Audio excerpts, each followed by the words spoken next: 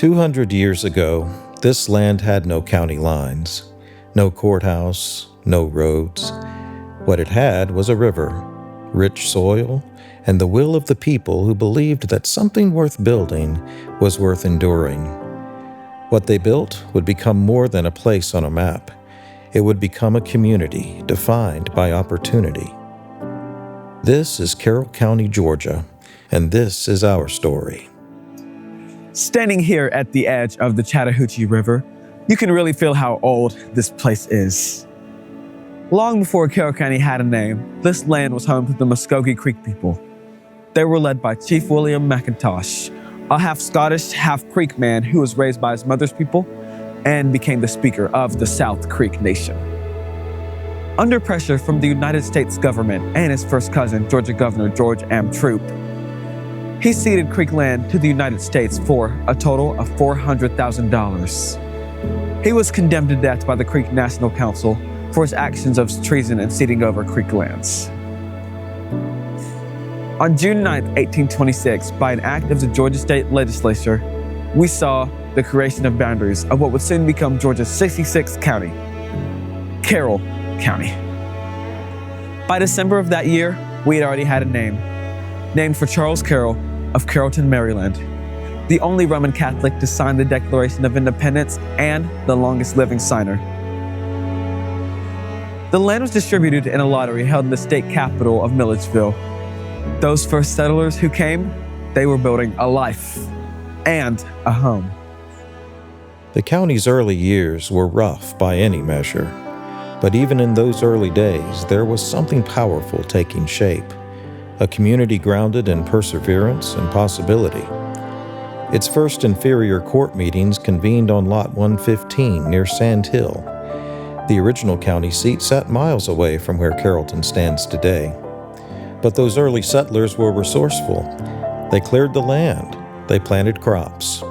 And in the northern reaches of the county, near what would become Villa Rica, they found something unexpected: gold. Carroll County became the site of Georgia's first gold rush, drawing hundreds of workers to the mines by the early 1830s. Then came a harder chapter. By the time the Civil War came, our county had developed a reputation. People called it the Free State of Carroll. While there were fewer large plantations here than in other parts of Georgia, small farming families worked and sustained their own land. When the war came to Carroll County, we did not stand apart from it. According to records of salt rations distributed to soldiers' families, Carroll County sent more men into the Confederate Army than any county in Georgia, except Chatham, despite the county having strong Unionist leanings and many residents opposing the war. Many of these men never came home, lost not just on the battlefields, but to disease and wounds in places as far away as Kentucky and Virginia. Families who stayed behind held on, and it's that same resilience that carried Carroll County forward, not just surviving hard times, but continuing to grow beyond them. The city of Carrollton was incorporated on December 22, 1829, serving as the county seat for a newly formed county. A rudimentary courthouse was built using logs cut from the trees cleared for the town square. After the war, Carroll County rebuilt, slowly, but then with real momentum. The turning point came on a set of iron rails. What followed wasn't just recovery, it was progress. A steady climb toward becoming the thriving, connected community we know today. Our faith was strong in this Western community, and through that, Mount Zion was established in 1852 by Reverend Thomas Hicks Martin and named for the Mount Zion Methodist Episcopal Church. With the church, in 1880, came Mount Zion Seminary, which was created to provide a religious, educational, and social center for the local community. Getting goods in or out of Carrollton was genuinely difficult, but that changed in 1874, when the train was welcomed into town. With the advent of the railroad, Carroll County became a major cotton producer, leading the state in output multiple years in the late 19th century. This remarkable output came from hundreds of small, family-operated farms spread across the county. When the Georgia Pacific Railway pushed through Carroll County in 1882 on its way from Atlanta to Birmingham, communities grew up along those tracks almost overnight. One of them became the town of Temple, named for the man who engineered the line itself. Major Robert H. Temple, a Civil War veteran, left his name on this place permanently. We built on that momentum. Banning Mills was a thriving 19th century industrial village located along Snake Creek near Whitesburg, featuring textile, paper, and wood pulp mills driven by water power. In 1890, Mandeville Mills opened, giving a working alternative to farming. This square has seen it all, not just commerce, but connection. Generations of families, businesses, and neighbors building a shared sense of place. Cotton wagons pulling up to warehouses, railroad workers, mill hands, merchants. This is where the county came to do business and to be a community. By the turn of the 20th century, Temple Model School, founded in 1904, was a pioneering institution in agricultural and homemaking education. It is historically significant for establishing what is thought to be the nation's first school bus, a horse-drawn wagon, and for its early adoption of a hot lunch program. Bowdoin College was also a pioneering institution and was recognized as Georgia's first coeducational college and fifth chartered institution of higher education. In 1906, Carroll County was chosen as the site of the 4th District Agricultural and Mechanical School, an institution that would eventually become the University of West Georgia. Education was taking root alongside industry and farming. That foundation continues today, shaping a county that values opportunity for every generation. The early 1900s saw Carroll County thriving as a major vineyard and winery hub that produced a significant amount of wines and grapes. This ranked Georgia as a top 10 wine-producing state in the early 1900s. This was the golden era of local winemaking, and the region was known as the largest wine center east of the Mississippi. Goldkist in Carroll County was originally an agricultural cooperative formed in 1933 in the midst of the Great Depression and was known at the time as the Georgia Cotton Cooperative Association. It was created to assist local farmers market their crops more effectively, helping Georgia become a national leader in the poultry industry. And, to date, we also have the largest cattlemen's association in the state of Georgia in beef production. Carroll County is 8th in the state for cattle production and is ranked in the top 10 in the state of Georgia in ag production. In 1949, healthcare took a major step forward when the original Tanner Memorial Hospital opened in Carroll County. Prior to this innovation, residents often had to travel outside of the county for care, and now what is known as Tanner Health has shaped the local healthcare landscape and quality of life for our city's residents. 1950 marked the founding of Southwire Company by Roy Richards Sr. to solve a critical post-World War II shortage of electrical wire and to connect rural homes, including his grandmother's farmhouse. Douglas and Lomas & Company, a Detroit-based automotive supplier, moved to Carrollton in 1955 and brought with it a host of new industries, new neighbors, and new challenges. We've had hard years too, mills closing, industries moving on, but every time something ends around here, something else is already beginning. That's been the pattern, and that's been the promise. Our community is one that adapts, evolves, and continues to move forward no matter the challenge. In 1926, Carroll County celebrated its centennial, hosting a vibrant parade with floats, music, and moments of pride that drew in 35,000 people. 200 years after its founding, Carroll County's economy spans manufacturing, agriculture, healthcare, and higher education. And through it all, Carroll County continues to lead with a commitment to opportunity.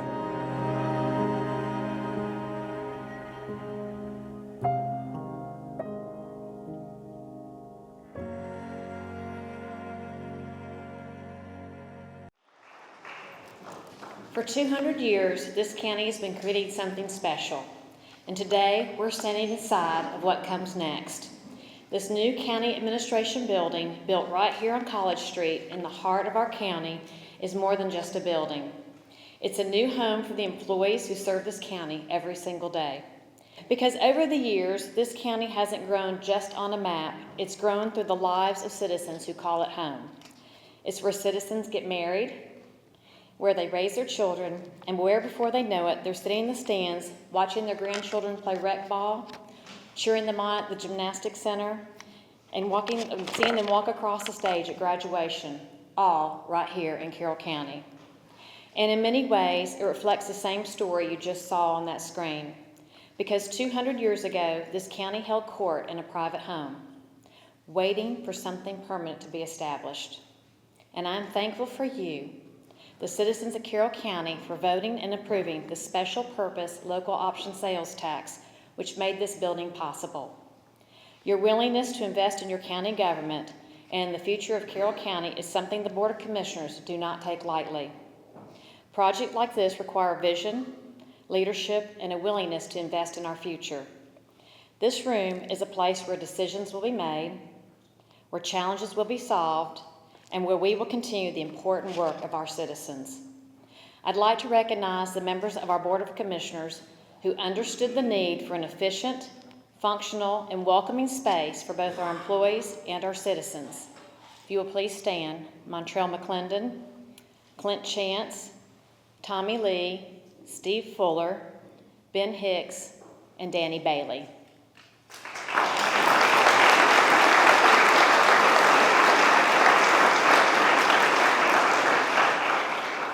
Now, for you trivia enthusiasts, this building is made of 100 tons of steel and more than 1 million bricks. A building that is not only purposeful, but beautiful. The thoughtful design of the brickwork and the warmth of the interiors reflect a level of care and attention that you can feel the moment you walk inside. And that same level of care and attention carries throughout the work we do every day in this county. Today, Carroll County operates with an $88 million budget with a significant investment in public safety, ensuring that our residents, families, and businesses are protected. And beyond the services we provide, our county continues to be shaped by the people who work, build, and invest here every single day. From our local businesses, our industries, and to the entrepreneurs who are creating opportunities and carrying our economy forward. And what makes me most proud is how we meet that responsibility, and it's through partnerships. I want to thank the City of Carrollton for their partnership in providing the critical water and sewer infrastructure that made this building possible. And to our cities across the county, thank you for your continued collaboration and shared commitment to serving our citizens well. We see that same partnership with our school systems, working alongside of us to prepare the workforce for our businesses and this county, while creating opportunities for students to earn diplomas that allow them to build their lives right here in Carroll County, so their parents and grandparents can sit in those stands and cheer as they walk across the stage at graduation. And that partnership extends to organizations like the Carroll County Chamber of Commerce, whose work helps support our businesses and strengthens our local economy. I also want to thank Red Cube for their partnership in helping tell the story of Carroll County through the video you just saw. Their creativity, attention to detail, and ability to capture the heart of this county is something truly special, and we are grateful for the way they brought our history and our people to life. Because being a successful county isn't just about infrastructure, it's about people. And I believe this, 200 years from now, someone will stand in this county and they won't talk about what we built. They'll talk about how we created opportunity. And each of you here today is a part of that story. And in Carroll County, that story is shaped not only by our people and our history, but by our faith. With more than 150 churches across this county, faith has long been a part of who we are.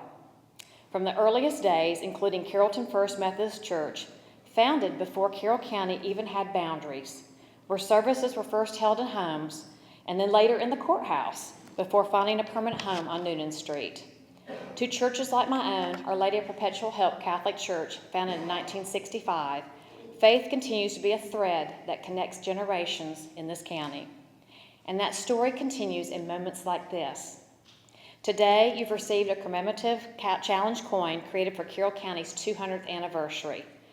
Challenge coins have long been a symbol of pride and a shared purpose, and that's exactly what this community represents. I hope you'll carry it with you as a reminder that you are part of something truly special. We are honored to have Felicia Rowland, Director of E911, join us.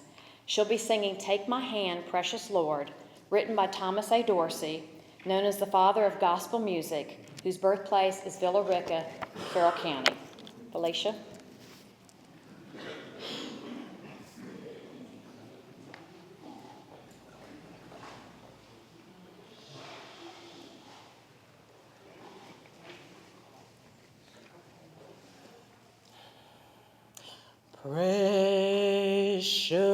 Precious Lord, take my hand, lead me on,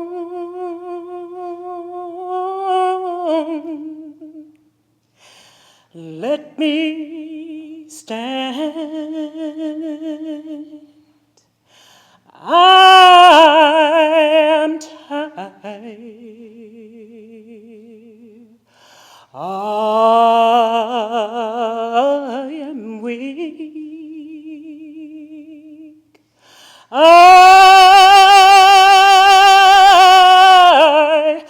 I am worn through the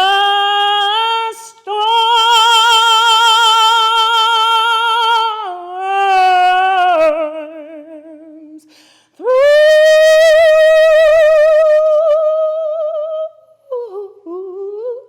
the night.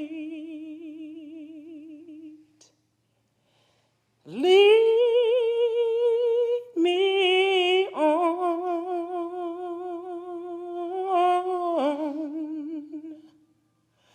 through the night. Take my hand, precious Lord, and lead